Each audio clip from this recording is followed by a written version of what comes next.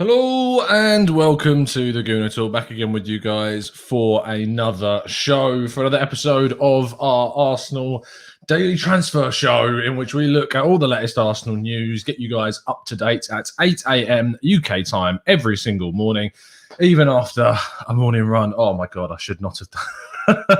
Note to self, don't do run before morning show.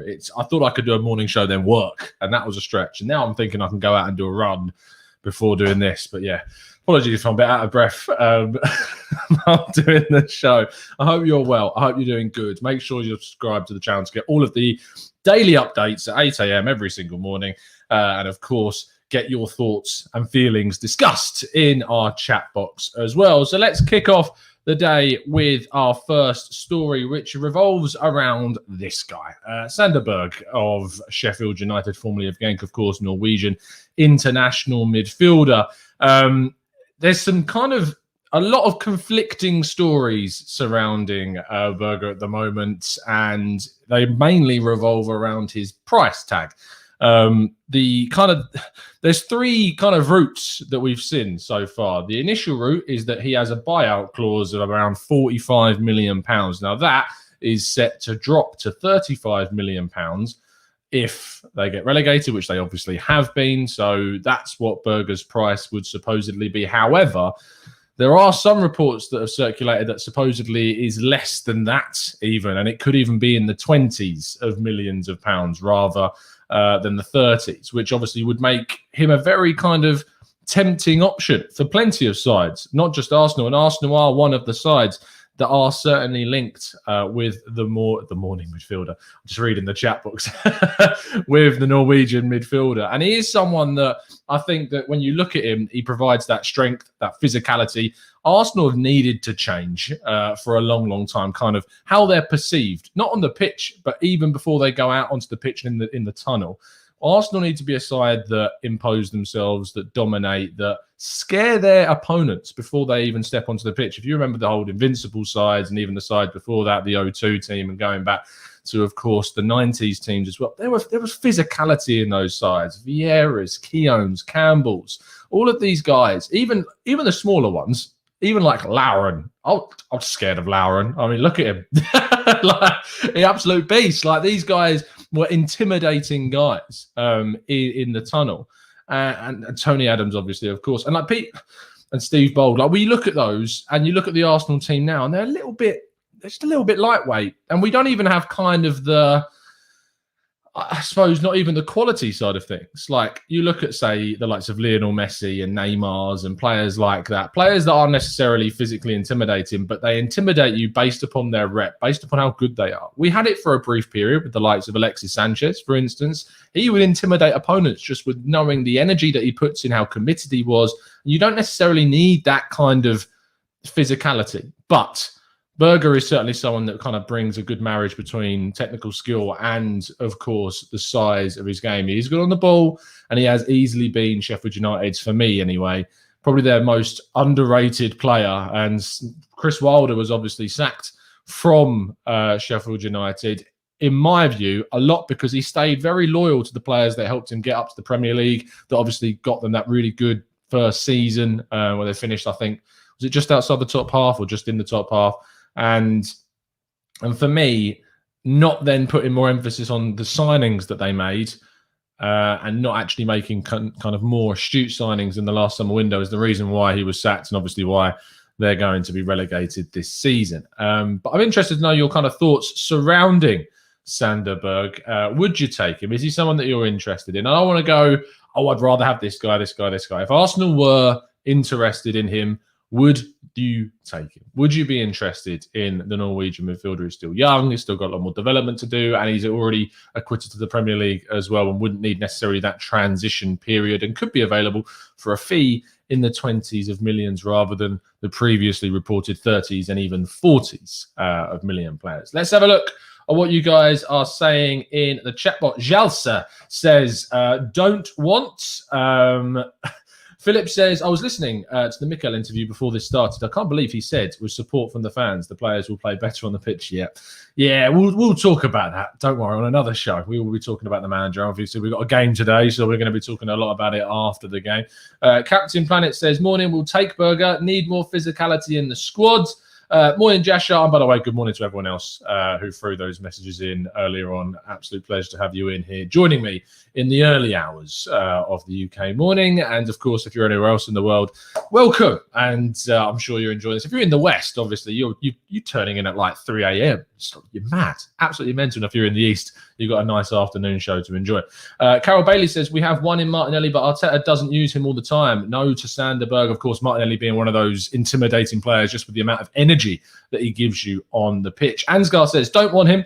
Have easily 10 players in mind that I would prefer. We are physical currently, in my opinion. What we need is technical quality. Interesting, because Berge I actually think is a good, as I said already, a good marriage kind of between the two. Stephen says, if we can't get Basuma, he would be my second choice. Martino gives it a thumbs up. Sam Dowie says, good player, but also not my first choice. Now, yeah, he's probably not mine either in terms of first choice, but I'm certainly not going to turn my nose up at the guy. I think he's got a lot of quality, a lot of potential as well. And I don't mean potential as in you invest in him now and he's going to be really good later. I think he still adds a lot of quality now. We're asked them to go out and get him. And as we've already talked about, it's kind of the aesthetic that we need in a player. In regards to kind of the links to players, there's not too many flying about, and that's why the next two stories are kind of more focusing on ownership and a managerial side of things as well. The first one is that supposedly, and Arteta has obviously said this, is that Arsenal effectively need to be ruthless in the market, and not only that, but they also need to go out of their way and sign a fair few players. And he says that he expects, using his words, he expects some heavy backing from the ownership in this coming summer window. Now, I put a tweet out yesterday, which I know it wasn't tongue-in-cheek. It was genuinely kind of a bit curious to see people's thoughts and feelings. And if you don't follow us already, at the Gooner Talk TV on Twitter, about kind of the fact that in the 18 months or so that Arteta has been here, I have not yet once kind of seen an image. There's no photos. I've gone into Getty Images and I can't find a single one besides when Arteta was playing of Arteta and the Kroenkes together. And that, I don't know why I find that so strange. I know that we obviously had the global situation that we have, but it started months after he was appointed, and it's a very kind of big moment-changing manager, and they weren't there. And I just get that feeling of, we are told time and time and time again that we're going to get backing, that they are going to support us, that they are going to do this, that they're going to do that. And it just doesn't happen. It just never happens. And it's so frustrating. We've seen it very minimally, but even then it's a little bit kind of unfulfilling to hear when you say they helped us with Partey, which I understand, but we don't know the intricacies of how that was helped out with. It could have been done by moving some stuff around. Pepe supposedly was also helped out with, but maybe they just turned around and said, look, you can go and spend the money, because they're in control of the club. And if it's the club's money, they still have to sign off on that being paid for. But hopefully, fingers crossed, this whole, what Arteta tells us to expect, big backing this summer window, we're going to have to wait and see. And we'll come to the end of the summer window and we'll sit down and we'll evaluate it. And we'll look back and we'll go, did we actually get backing? Remember the show. Remind us when we're sitting here at the end of August, start of September, at the end of the transfer window, did we actually get the backing that we needed? And also, and Czech points this out in the chat, scouting is a bigger issue. We've spent lots of money. We talk about the figure that was released by the accounts that we've spent £561 million between 2015 and 2019 in terms of windows. And that's how much we've spent on transfers. Not from his money, from the club's money. That's how much we've spent. And yet in that time, from 2015 to 2019, we've gradually gone on our way to becoming a mid-table team and now out of Europe. It is the way that we have obviously appointed certain managers, and also the players that we brought in have simply not been good enough, simply not doing the job that we need them to do. And we can go out and we can get back in from the owners, great. They can give us a load of money, great, whatever. But actually that money needs to be spent well. That needs to be spent wisely in improving key positions on the pitch that are desperately in need of an upgrade. Now, if we are to take Arteta's words of gospel, I mean, he's telling us that they need to be ruthless with the squad. They need to change things. They need to keep like certain players, but others, their Arsenal careers are going to be coming to an end. And he was very kind of open about that the other day in an interview. So in regards to who he plays in these final games, I mean, if we start seeing Ceballos again or Erdegaard, these guys that aren't going to be our players next season, Ryan, I'm less so because there's a chance we could sign Ryan. I don't think we're signing Erdegaard whatsoever. If we start seeing players like Bellerin, who I think should be gone, if we start seeing players that are just not going to be here, that's concerning for me. I get that you want to finish strongly, but I think you should invest the last few games in players that are actually going to be here next season. And that will worry me because that will kind of go against what I feel anyway, how I feel about Arteta's words saying that he needs to be ruthless with the squad. But if you're going to start using players that aren't going to be here next season, what's the point? Maybe blood some youngsters, give Balogun 10 minutes here, Aziz 10 minutes there. I mean, they played 2 days ago for the youth team, so I'm not expecting them to start today. But put them on the bench. Give them a chance. Let's see what you guys are saying in the chat in regards to the owner. Sarab says this heavy backing stuff looks like just a reaction to the Super League chaos and also Daniel Ek's involvement. KSE will not back Arteta or anyone else at the helm, I'm afraid. Sabaya says the only back he will get is tips for a creepy moustache. Peter says to get backing is one thing and to buy the right players is the most important. Jashar says, Tom, I don't know if I can trust Arteta with better players, which is a fair point. And listening to him talk about signings makes me think the outcome will end up the same as what happened with Lampard. Indanil says, this is classic PR from the Kroenkes. Spread rumours about spending immediately after being knocked out of the UEFA Europa League. Don't trust them one bit. Ansgar says, we need to combine money and good scouting once or twice in a row. That way, we don't actually have to spend big for quite some time because we'll have a good kind of foundation to build upon.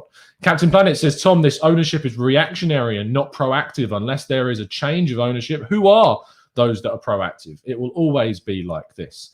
Sahil says, Tom, us being linked to Unana tells us about the recruitment investment we are going to make. I don't trust these guys. Philip says, if it's true that we are looking like selling a few and buying a few, that's a big change to a squad. I believe Premier experience is important to new players to help speed up the settling in process. I agree with you. I think we should be looking to bring in some players that are already kind of transitioned, your Basumas, your Buendias, your Max Aarons, these types of players. We should be looking at them as possibilities for the signings. Manu Clerk says, hope the weather is as beautiful over there as it is in here, lads. Get your mojitos out. It was all right this morning on the run. Not too shabby, to be fair. And hopefully it shines on Arsenal today in their game. I still do care, believe it or not. I will be watching the game. We will be reacting to it. So make sure you join us straight after the match a little bit later on. And make sure you're dropping a like on the videos and subscribing to get every single daily content at 8 a.m. always. So let's move on to our final story of the day, which is an interesting one considering of all of the kind of the support that Arteta has been supposedly getting in the media and supposedly what the Kroenkes are giving to him. There are links that possibly, if it doesn't work out at the start of next season and things aren't going well, that short lists are being drawn up as to coaches who may come in. There was a report saying that Arsenal's list would ironically be very similar to Spurs' list. Of course, they're still looking for a coach at the end of their season. Ryan Mason not going to be taking over full-time. And how funny did they make our Saturday yesterday? You can always rely on Spurs to give you a little bit of encouragement as an Arsenal fan, which is nice. But yeah, they're drawing up lists of possible managerial candidates. And the two people that have been suggested are these two. Ralf Rangnick and Rafa Benítez. I can already hear Dan Potts screaming with delight around the sound of Rafa Benítez being suggested. Let's break these two down. Ralf Rangnick, of course, has not been in management for a little bit. He was previously the coach of RB Leipzig and did a lot of work in helping them get to the level where they were taken over by Ralf Hasenhüttl and then by Julian Nagelsmann. And he laid that work. He put the work in, helped in getting the signings done. He's then worked within the club as well with like transfers and bringing in the right players. And he's a really good coach. But he has no experience kind of Premier League level football. And that is something that I think a lot of people will be a little bit kind of frustrated by a coach that doesn't necessarily have that experience in the league. It's not always something that you need. Antonio Conte comes to Chelsea at one of their lowest points, takes them to a Premier League title. So it's not something you necessarily need bundles of to succeed in, but maybe of a certain pedigree. Antonio Conte, manager of Italy, doing some really good things with the national side and with the clubs that he was at as well. And then going to Chelsea, it was kind of a good marriage. Whereas Rangnick has not necessarily got the pedigree at the top level of kind of big clubs like Arsenal. But working with RB Leipzig, you've got a side that recruited really well, that sold really well, and gradually built themselves up to an established Bundesliga competitor. And he laid the groundwork for that. It was then built upon by Ralf Hasenhüttl and then, of course, Julian Nagelsmann. You've then got Rafa Benitez, who, of course, has bundles of Premier League experience with Liverpool, with Chelsea, and, of course, with, more recently, Newcastle. He's been spending more recent days in China, getting a little bit of moolah. Not really sure what's gone on in China, to be honest. I've not followed him when he's been there, but based on what he did in Newcastle, of course, they did get relegated. He stayed with them. He helped them get them up again and then took them to a really strong finish in his final season. He left because he wasn't backed. And I mean, if that's going to be the case, is he going to want to come to Arsenal? Because we know what it's like about getting financial backing. He left Newcastle because he was told he wasn't going to get it, basically. And so why would he come to Arsenal if he's not getting back to Newcastle?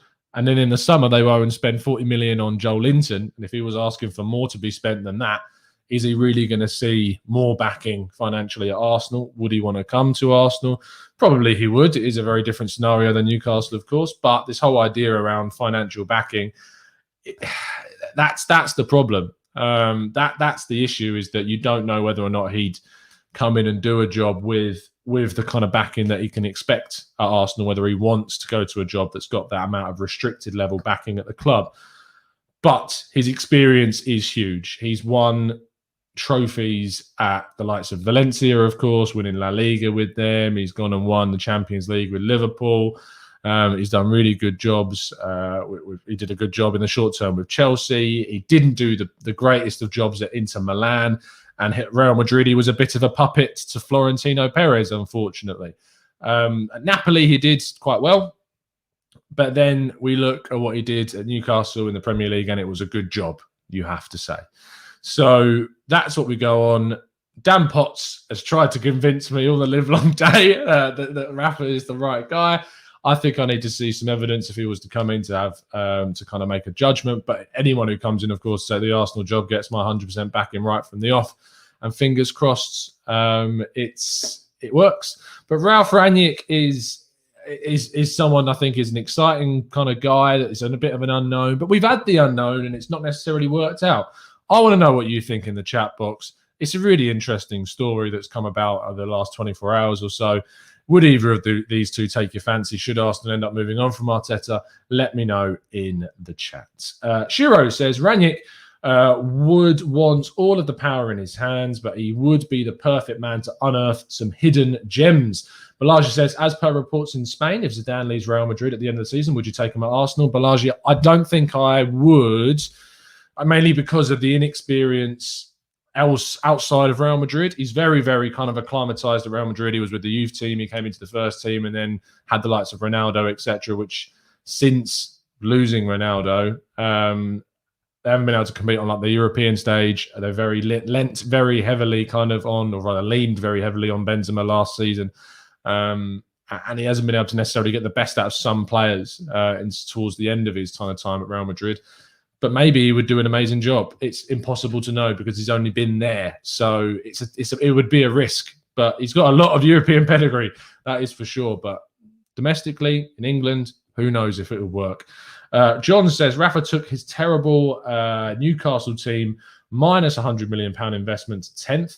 Massive overachiever and knows how to rebuild a club. But as we talked about, it's an amazing achievement what he did with Newcastle. I think he did really well. But there is no guarantees that it translates from Newcastle to Arsenal. We've seen some coaches step up from doing good jobs elsewhere and they can't necessarily cut it. I mean, you look at Ronald Koeman, did a really good job at Southampton, moved to Everton, couldn't translate that. Marco Silva did a really good job at Watford, gone to Everton, didn't do so well there either. So it doesn't always translate, but you never know until you try it, I suppose. Matt G says, look at Rafa's face. He's loving life. He's the one to unite the fans. Mr. SNLO says, what's the point in waiting for the beginning of the season to bring in a new manager? The new manager would miss out on the transfer window and the pre-season. I just don't get this club, which is a completely fair point. Marley says, Roberto Martinez is a good candidate. I disagree. I think he's got it very easy at the Belgian job. I think he failed at Everton. He obviously got Wigan relegated. I don't think he's necessarily a good candidate for the Arsenal job. He finished Everton with his career there in 12th in the league, took them backwards. So I'm not sure that's the right choice. Jordan says, yeah, but Tom, not getting backed by Ashley is different to not getting backed by the Kroenkes. Ashley invests nothing.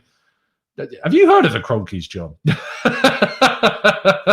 Have you heard of them? I'm sure there's a kind of a parallel that you can see going on there, surely. Let's scroll down a little bit and get some more of the recent comments in the chat. Utah says, Tom, do you really think the board is going to sack Arteta? I personally don't think they're going to. I didn't think they were going to sack Emery, and they did. So who knows at this stage? I don't think they're going to sack him right now. I think if we start the season very poorly and we kind of continue on this trend, they will. But I think they're going to give him the summer. I think that's pretty much a guarantee at this stage that we're going to see him. I'm still going to do some managerial profiles throughout the summer just in case we see some change. But yeah, I'm not sure. Christian says, what about Jardim? Of course, he did a really good initial job at Monaco, but then when he returned to Monaco, he could not arrest the slide. And if you're a club that's on a slide and you can't arrest it, that's kind of like Arsenal right now. I'm not sure I would trust him to arrest the slide that Arsenal are in right now, if that makes sense. What about the Sevilla manager? Says Joe Weston. Julian Lopetegui, of course, has had mixed results in his managerial career, was the Spain manager. He was previously a goalkeeper in his playing career. He went to Spain and got them to a World Cup and was on the verge of taking them through into that competition, I thought, as one of the favourites. He then, of course, took the Real Madrid job before the World Cup happened. Spain's federation, who's the guy who runs it, his name escapes me, said, you're gone. We're not having you anymore. Is it Rubiales? I think it might be who runs it. And anyway, they sack him. He goes to Real Madrid, does terribly, absolutely awfully, gets sacked, then goes to Sevilla and has done an amazing job. He's got them in the title race this season, doing a kind of really interesting stuff. In fact, I didn't actually check the La Liga results yesterday because I was so busy with work, but La Liga title race is really interesting right now. Barcelona Atletico Madrid drew, which is a really good result for Atletico Madrid, you have to say, because even if Real Madrid win, they have to win by a lot to kind of overtake them on goal difference. And then that leaves Atletico Madrid in a position where they can go really far in the table. So that's good for them. So great result for Atletico to not lose that game. But rather where Sevilla are. I mean, Sevilla are sitting currently in fourth, and they are 7 points behind the leaders, but they have played one game less, so they can move within 4 points. But it does look like it's going to be a little bit of a tricky time to try and get that win, especially considering they lost their last game, which is an absolute hammer blow to their chances of trying to get there. They are playing Real Madrid as well today. Italy's top four race, as Manu says, is also crazy. Anyway, we're getting a little bit off target. Ten Hag has been suggested in the chat. He's signed a new deal at Ajax and he's signed a year extension, so he's not going to be going anywhere. Koya says, please, the Lille manager, Galtier, I'm actually going to be doing a managerial profile on him for the channel because I don't personally know much about him. But going to get some help for the guys at Get French Football News. I know a lot of Arsenal fans have their reservations about Get French Football News, but I know them quite well, and they're a good bunch of guys. And genuinely, they do not have an anti-Arsenal agenda, whatever people might think. But Adam White, who's the kind of chief reports writer there, is going to be doing an insight on him for me for a tactical managerial breakdown. So I look forward to giving you that content. So make sure you subscribe to learn all about Galtier and Lille. Indanil says, Tom, La Liga uses head-to-head to different... You're right, sorry. That's, complete... it's complete brain fart moment. There's no goal difference in La Liga. It's just head-to-head.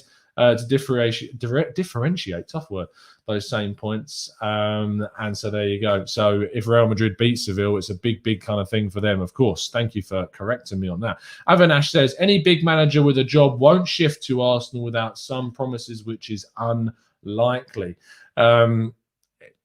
That's the thing, is that we want Contes, we want these types of characters, but they're not going to leave where they are to go to Arsenal, are they? So it's almost kind of it's a really difficult situation. Keith says Bryan Cranston looks like Ralf Rangnick, which is, it's not a bad shout. Not a bad shout at all. Anyway, that's going to round off today's show. You have been listening to Raw Reaction Show. Thank you ever so much for tuning in. We'll be back tomorrow, of course, at 8 a.m. We'll be here every single day giving you the latest Arsenal transfer news. We'll be back, of course, straight after the Arsenal game today. We're playing West Brom this evening. We'll do the Raw Reaction Show. There's no watch along with you, unfortunately. We're not doing those. Well, I'm not doing them anyway until the end of the season because I'm working for a couple of the games. But we are going to be here straight after the game, of course.